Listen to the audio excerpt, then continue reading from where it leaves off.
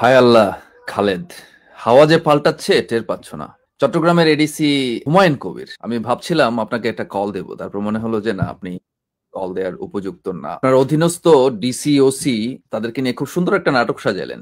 আপনারা চট্টগ্রামের পাঠানটুলি এলাকায় আওয়ামী লীগ নেতা মোস্তফা কামাল টিপুকে গ্রেফতার করলেন এবং নাটকটা সাজালেন কি তাকে তার অফিসে অস্ত্র উদ্ধারের ঘটনা, যেখানে ইউনিয়ন পর্যায়েও গ্রামে গ্রামে আওয়ামী লীগের কেউ ঘরে ঘুমাইতে দেন নাই আপনারা।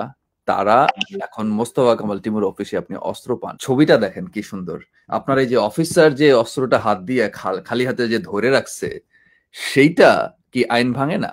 আপনাদের কি মানে এই নাটক করতে গেলে স্ক্রিপ্টটা যে ভালোভাবে লিখতে হয় সেটা কি জানেন না? 12 মাস যাবত কেউ নিজের অফিসে অস্ত্র রাখবে, এই নাটকগুলো আপনারা করতেছেন। আপনারা কি বুঝতেছেন না যে বাংলাদেশ রাজনীতি জোয়ার ভাটা রাজনীতি, সেটার হিসাব বাদ দেন, আওয়ামী লীগের ফিরে আসা যে এখন সময়ের ব্যাপার, সেটা কি বুঝতেছেন না? রয়টার্সের আজকের ইন্টারভিউটা তো দেখছেন, কিন্তু ছবি আর ক্যাপশনটা কি দেখছেন? কি সম্বোধন করছে দেখছেন শেখ হাসিনাকে? শুধু হুমায়ুন কবির সাহেব না, আপনাদের বাংলাদেশের মিডিয়া, পুলিশ প্রশাসন, আপনাদেরও বলি, হাওয়া যে পাল্টাচ্ছে, একটু চোখ কান খোলা রাখলেই আপনারা সেটা দেখতে পাওয়ার কথা। শেখ হাসিনা ফিরবেন, আপনারা থাকবেন তো এই দেশে?